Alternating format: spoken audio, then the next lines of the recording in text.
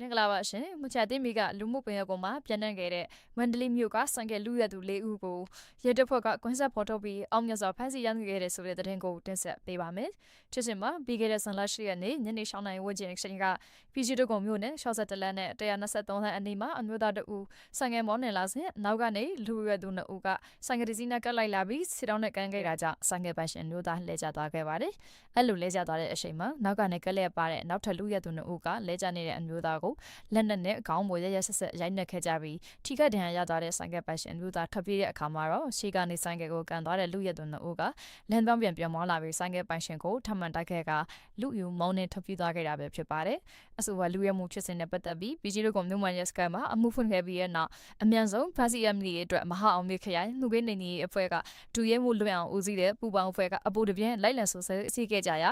ဆွန်လာ9ရက်နေ့လယ်3နာရီအချိန်မှာဆိုင်ကယ်လူယူသွားတဲ့ထဲကတဦးဖြစ်တဲ့ချမ်းမြတ်တာစင်မြို့နယ်46လမ်းနဲ့116လမ်းတောင်မှာရှိတဲ့ဗဒံပီယာဆိုင်မှာရောက်ရှိစားသားမိကြောင်းတင်ရရှိခဲ့ရာ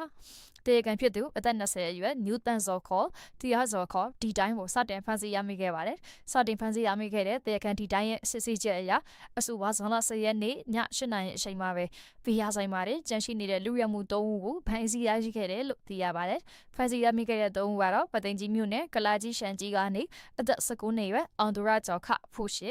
ပသိမ်ကြီးမြို့နယ်ရေကြီးကျရနေအသက်20အရွယ်စိုက်တရဝန်ခဟုတ်ပါနဲ့အသက်20အရွယ်စိုက်စုစုမောင်တို့3ဦးကိုထပ်မံဖမ်းဆီးရမိခဲ့တာကြောင့်စုစုပေါင်းတရားခံ4ဦးစလုံးကိုဖမ်းဆီးရမိခဲ့တာပဲဖြစ်ပါတယ်။လက်ရှိအချိန်မှာတော့ဖမ်းဆီးရမိခဲ့တဲ့တရားခံ4ဦးစလုံးဟာပြည်ကြီးတို့ကမြို့မှာရက်စကအမှုအမတ်ပါ84နေဆောင်126ဖြာစကြကြီးပုံမှာ380နဲ့114ပြင်ဆင်ချက်ဖြင့်လူရမှုအဘိကုညီငူတို့ဖြင့်ပူပေါင်းကျလွန်ဝဲသူတွေဖြစ်ကြောင်းစစ်ဆေးပေါ်ပေါက်ခဲ့ရကြောင်းအမှုစစ်ဒူရဲအုပ်ရနိုင်ဦးက၎င်းတရားခံတွေကိုဦးရေရထိရောက်စတရားဆွေးဆွေးမှန်ရဲ့အတွက်အမြန်ဆုံးဆောင်ရွက်လျက်ရှိတဲ့ဆိုတဲ့သတင်းကိုတင်ဆက်လိုက်ရပါတယ်ရှင်